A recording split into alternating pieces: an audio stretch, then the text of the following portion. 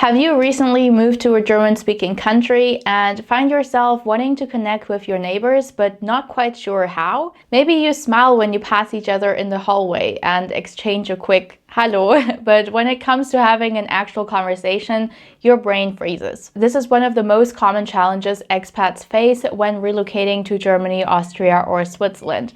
So in this video, I'll show you how to break the ice and connect with your neighbors, even if your German is just at a very basic level or you don't know much German at all yet.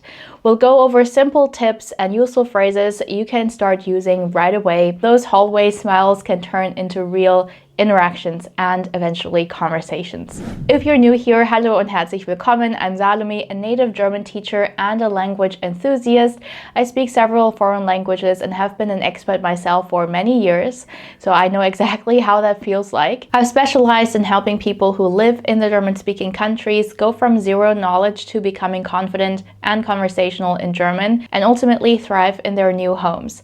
If that's something you want to achieve as well, the best place to get started is with my free workshop for beginners, which is linked below in the description box. Alright, now let's get into the video. Start with consistent micro interactions. Real connection doesn't happen all at once. It starts with small everyday moments, especially in Germany where small talk isn't quite a common thing compared to other countries like, for example, the US.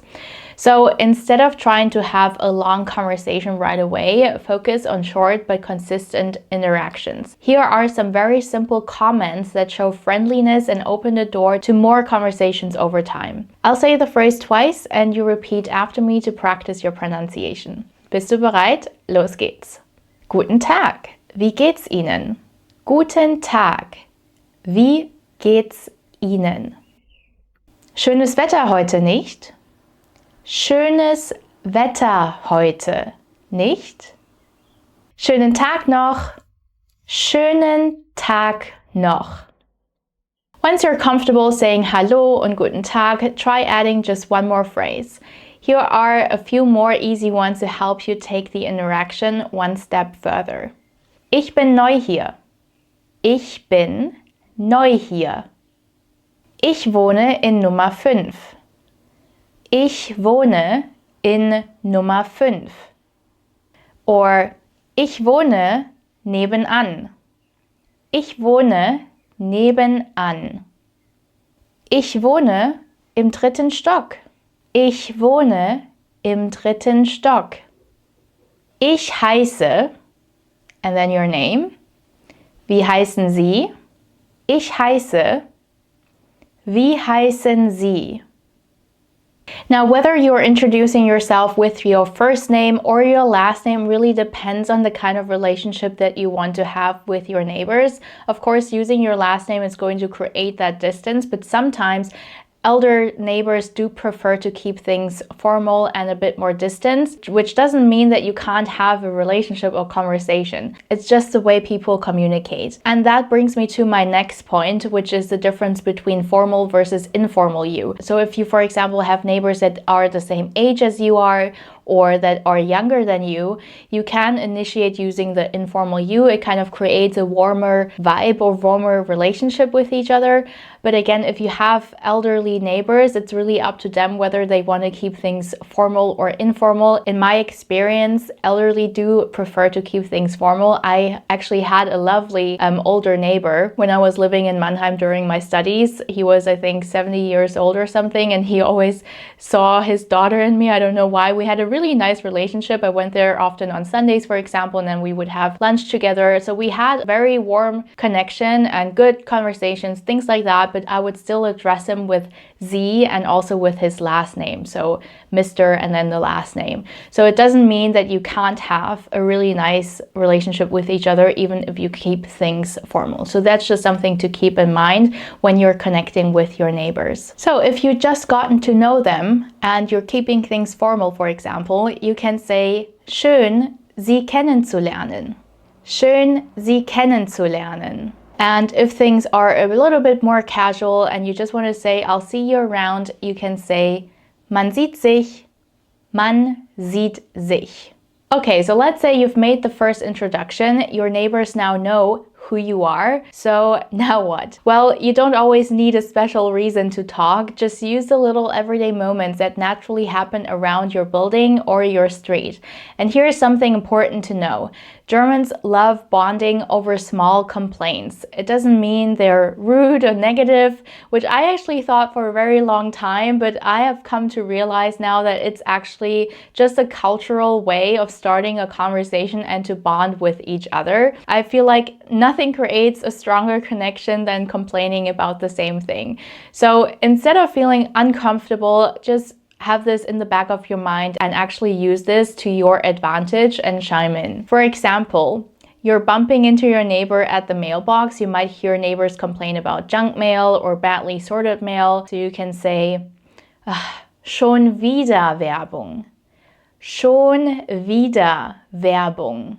Or, der Postbote sortiert nie richtig.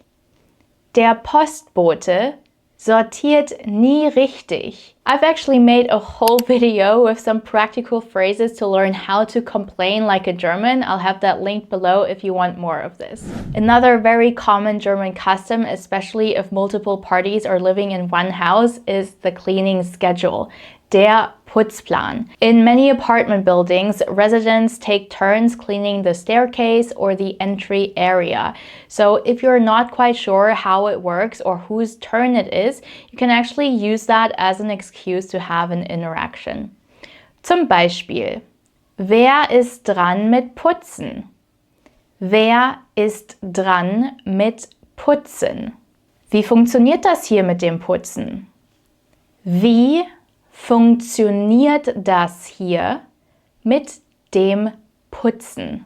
This is a great way to ask a question and show that you're willing to take part in the local community. And if you have elderly neighbors, it's always a good idea to offer help when you see them, for example, with their groceries, or just in general, it's nice to offer help, right? Whether they're elderly or not. So you can just simply say or ask, brauchen Sie Hilfe? Brauchen Sie Hilfe? That little gesture can go a very long way. And if you're worried about not understanding what people might say back to you, or if fast-spoken German still feels overwhelming, I actually go deeper into this in my free workshop for beginners, where we break down how to decode fast-spoken German, improve your pronunciation, and build real confidence in everyday conversations. You'll find the link to join in the description box below. And of course, another great way to start a conversation are pets. If your neighbor has a dog or a cat, here are some simple things you can say. Süßer Hund. Süßer Hund. Or süße Katze. Süße Katze. Wie alt ist er? Wie alt ist er? Or if it's a she, you would use wie alt ist sie? Wie alt ist sie? Or wie heißt er? Wie heißt er?